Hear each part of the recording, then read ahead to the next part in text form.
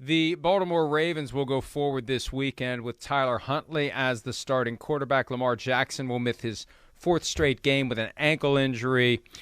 I asked Von Miller last week after the Rams beat the Ravens how Huntley and Jackson compare. And he thinks there still is a gap between the two, because some people are thinking maybe Tyler Huntley can play his way into this job, that maybe, he's a more affordable option, and they don't know what's going to happen with Lamar's contract, and they can't really get Lamar's attention to engage and negotiate. But here's the reality. He has hurt himself this year by not doing a deal before the season. Now the Ravens are going to be a little more leery, a little more hesitant, and they have a built-in alternative in Tyler Huntley, who has proven himself. The first order of business for Lamar Jackson after this season should be to hire an agent and stop the bleeding, because he's in a lesser bargaining position than he would have been before the season, and he needs to get it turned around before he goes into the option year of his rookie contract.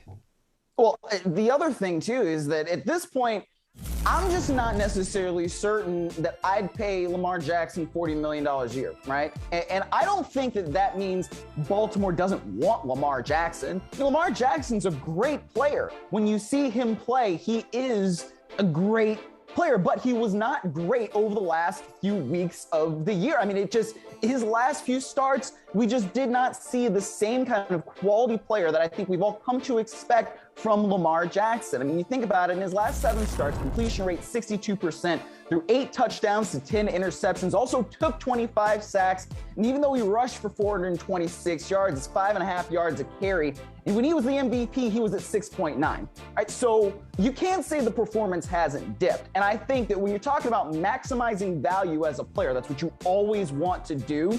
The time to get that contract done was last offseason, right? After that Josh Allen deal, Mike, you've said this before. Basically, Lamar Jackson could have taken that contract and slapped it on the table of Eric DeCosta and been like, hey, man, give me this, or give me a little bit more than this, because I've won an MVP and Josh Allen hasn't. And at that point, that's probably when it should have gotten done. It didn't. And now if I'm the Ravens, you can really kind of say, oh, man, I don't know if we're going to give you $40 million a year right now. I just don't know if they're going to do it. 16 touchdowns, 13 interceptions this year. It's not the same kind of numbers we were looking at in the 2021 offseason.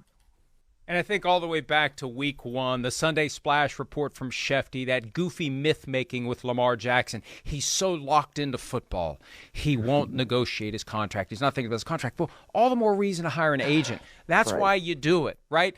I'm focused on my job, so there's stuff around my house that isn't getting done unless I hire someone to do it. I mean, I'm sorry, honey, I can't cut the grass because I'm so locked onto my job. That's fine, but the grass isn't going to get cut unless I hire someone to cut the grass. And Lamar Jackson isn't going to get a contract done, which needs to be done, if he doesn't hire someone to do it for him. And this whole penny-wise, pound-foolish nonsense, spearheaded by guys like Russell Okung and Richard Sherman, it is poisonous to these young players who are too young, naive, and inexperienced to understand that, yeah, they don't want to pay 1%, 2%, 3% to an agent. But if that agent is going to get you a much larger pie, and get it now, so that the net that you have, so that 97% of the much larger pie is more pie than you're going to get on your own, how hard is that to understand? But there's this weird subculture among some players, and they're trying to push it. It's not enough for it to be, this is my decision, and it's good enough for me. Guys like Bobby Wagner, their attitude is, this is my decision, it's good enough for me, and it kind of worked for him. He was able to negotiate a good contract for himself with the Seahawks. But the guys like Okung and Sherman, who are trying to push it onto others, that is dangerous, that is poisonous, and it may have contributed to Lamar Jackson waiting to the point where he's now losing money. He's lost money. He's lost bargaining position. And good luck finding a middle ground. I think what's going to happen, Miles, same thing this year as last year. And the Ravens have no reason to push this.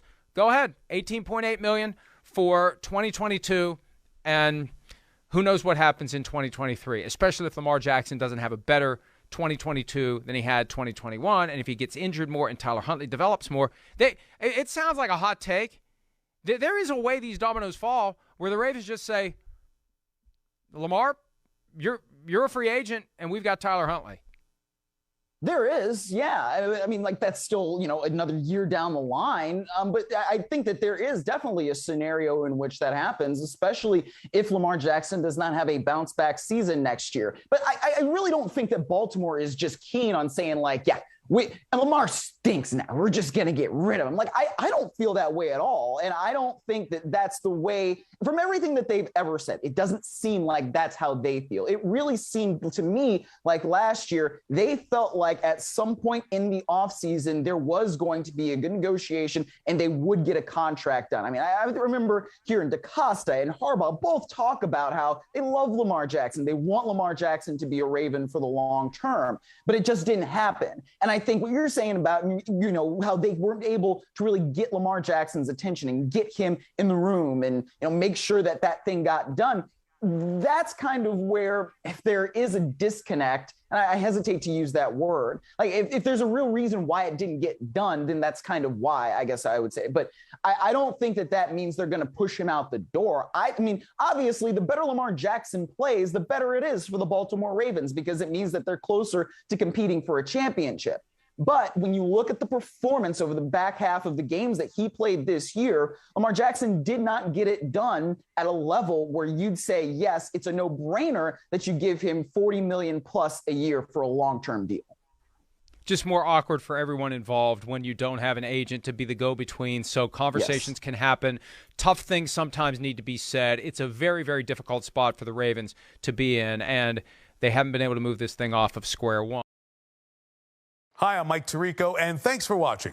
Make sure to hit subscribe for the latest news and highlights from NBC Sports.